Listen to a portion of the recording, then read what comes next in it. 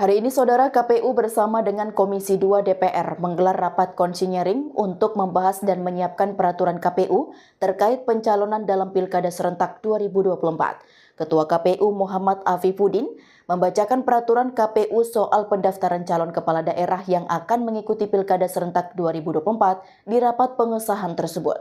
Pagi, salam sejahtera buat kita semua yang kami hormati pimpinan Komisi 2 dan juga para anggota Komisi 2. Terima kasih atas forum yang dipercepat ini untuk memudahkan dan menambah ruang gerak kami dalam menyiapkan tahapan pencalonan. Kemudian Pak Menkumham, terima kasih Pak Menteri yang sudah hadir, Ketua DKPP Republik Indonesia dan anggota DKPP, kemudian para anggota Bawaslu yang hadir beserta jajaran, perwakilan dari Kemendagri, Pak Dirjen, Pak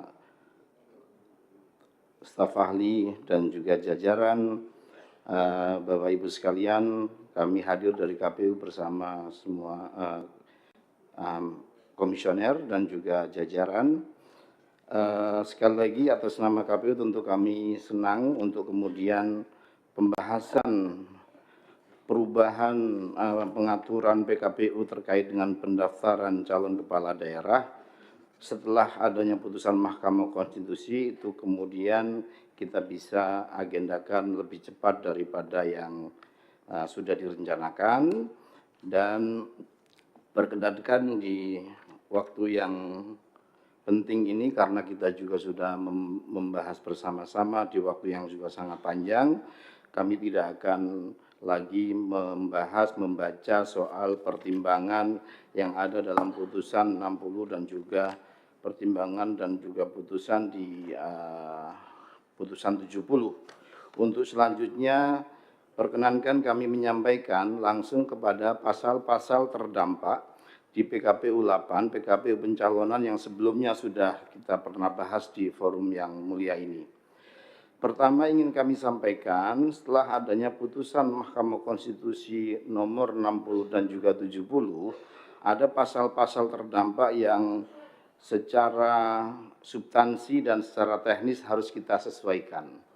Di antara pasal terdampak tersebut adalah pertama pasal 11 dan turunannya, slide selanjutnya langsung, karena kita sudah mengadopsi seluruh dari putusan 60 dan 70. Kemudian pasal 13, pasal 95, pasal 99, pasal 135 dan juga pasal 139 serta pasal 15. Perkenankan kami membacakan hanya usulan perubahan dari PKPU 8 akibat putusan 60 dan 70.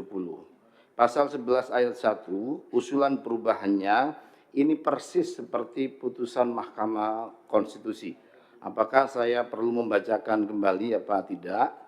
Karena ini agak panjang. Pak Ketua, dibaca.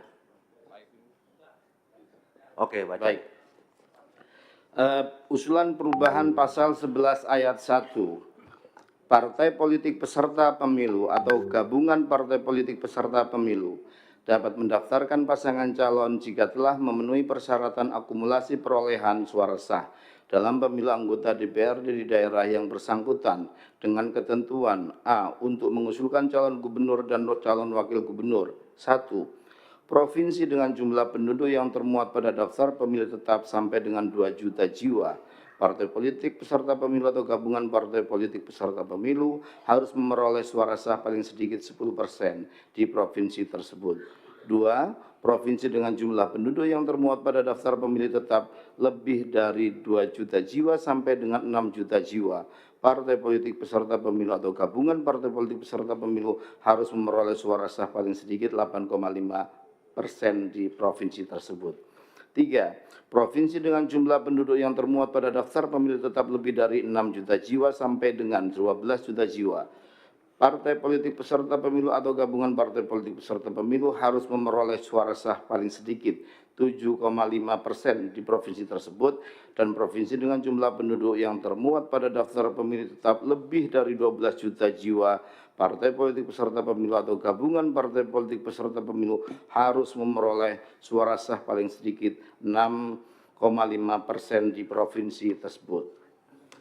Pasal 11 ayat 1 untuk huruf B, untuk mengusulkan calon bupati dan wakil bupati atau wali kota dan wakil wali kota. 1. Kabupaten kota dengan jumlah penduduk yang termuat pada daftar pemilih tetap sampai dengan 250.000 jiwa.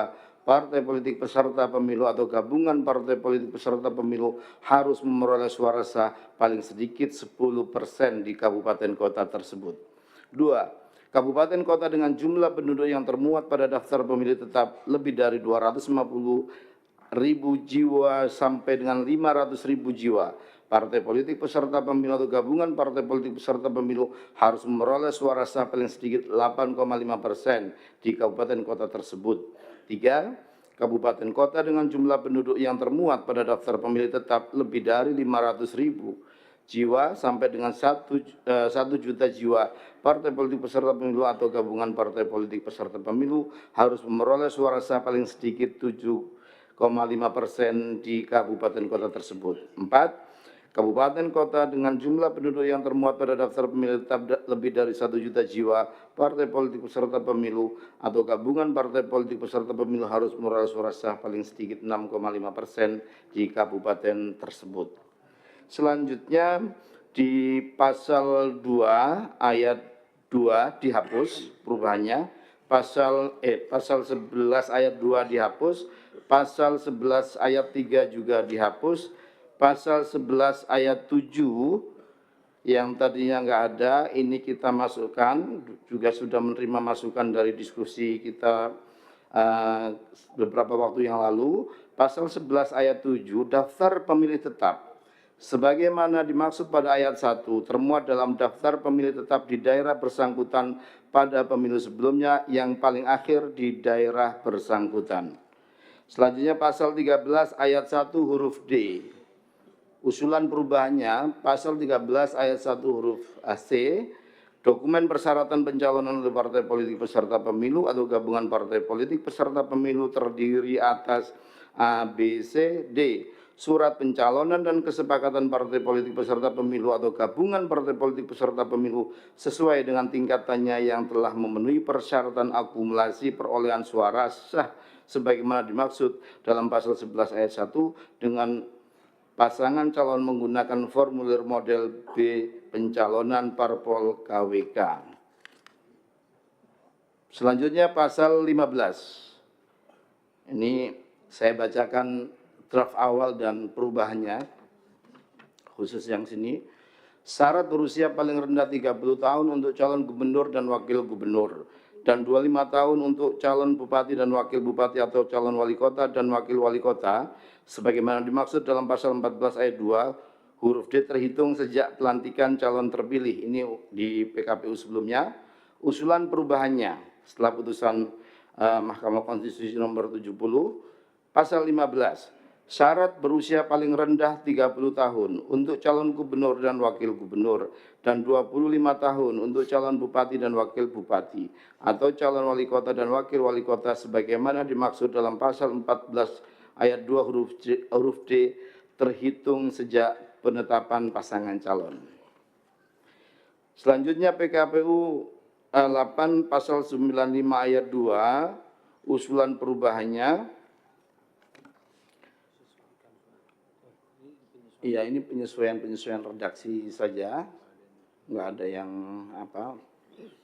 signifikan berubah. Penyesuaian redaksi termasuk di pasal 99 ayat 1 dan juga di pasal 135. Ini kemarin juga sudah kita bahas dan sudah kita sesuaikan redaksinya sesuai dengan masukan dan juga kemudahan untuk memahami redaksinya. Selanjutnya di pasal 139 juga dihapus. Nah, selanjutnya catatan yang masukan terkait dengan perubahan di format formulir. Nah, format formulir model B pencalonan parpol KWK pada lampiran 6 Romawi dan formulir model BB pernyataan calon KWK pada lampiran 8 Romawi disesuaikan dengan perubahan substansi dalam PKPU.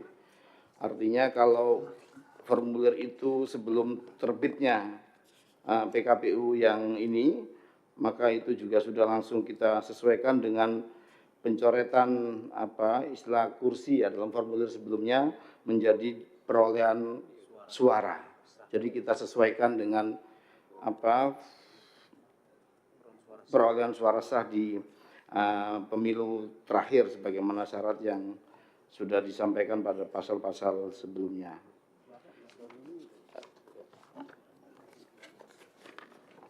Demikian pimpinan Komisi 2 yang saya hormati, usulan perbaikan atau revisi dari PKPU 8 yang mengatur tentang pencalonan kepala daerah, pemilihan gubernur dan juga bupati wali kota yang kami ajukan sebagaimana kita tahu pasca putusan Mahkamah Konstitusi yang terutama di putusan 60 dan 70. Terima kasih atas waktu dan kesempatannya. Mohon maaf atas segala kekurangan. Assalamualaikum warahmatullahi wabarakatuh. Waalaikumsalam. Ikuti terus berita menarik dan terupdate lainnya dengan like dan share seluruh akun BI TV. Saya Kiki Anggreni pamit undur diri dari hadapan Anda. Terima kasih dan sampai jumpa.